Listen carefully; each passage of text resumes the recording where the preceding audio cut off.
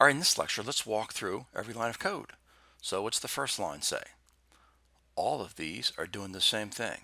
They're importing from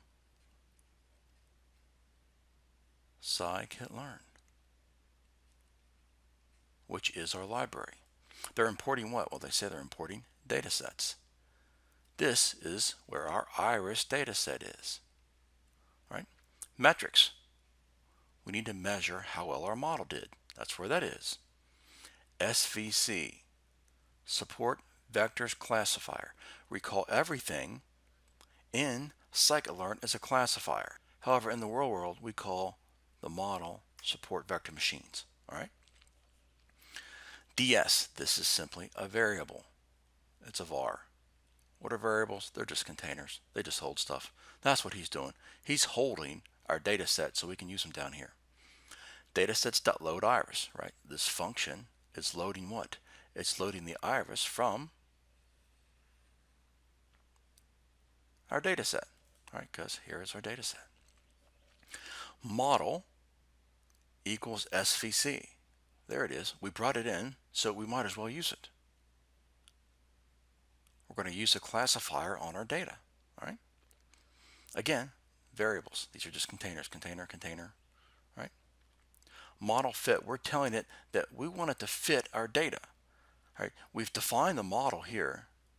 That's the definition, right? We'll call that def. Now we're telling it to use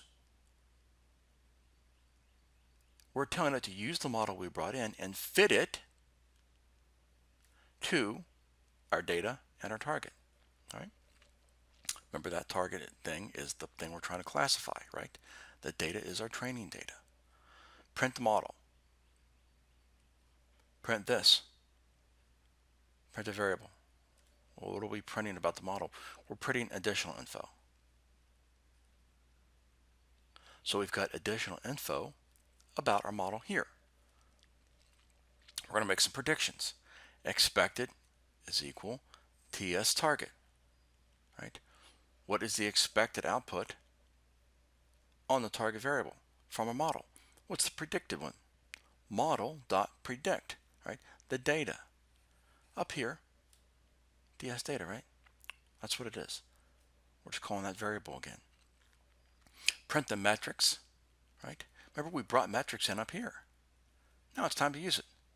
And inside the metrics is this classification report where it predicts these two things, the expected and the predicted outcomes of the model. All right. It's great that in so few lines of code that we can build an end-to-end model that classifies data to the tune of 99% accuracy. All right, now there are some caveats with that. That's not a real world number, right? What you get in these models isn't what you get in the real world, right? That's okay. We're learning, and this is a great way to walk through the entire model. So now you get the end-to-end process of building a model in Python using SciKit-Learn.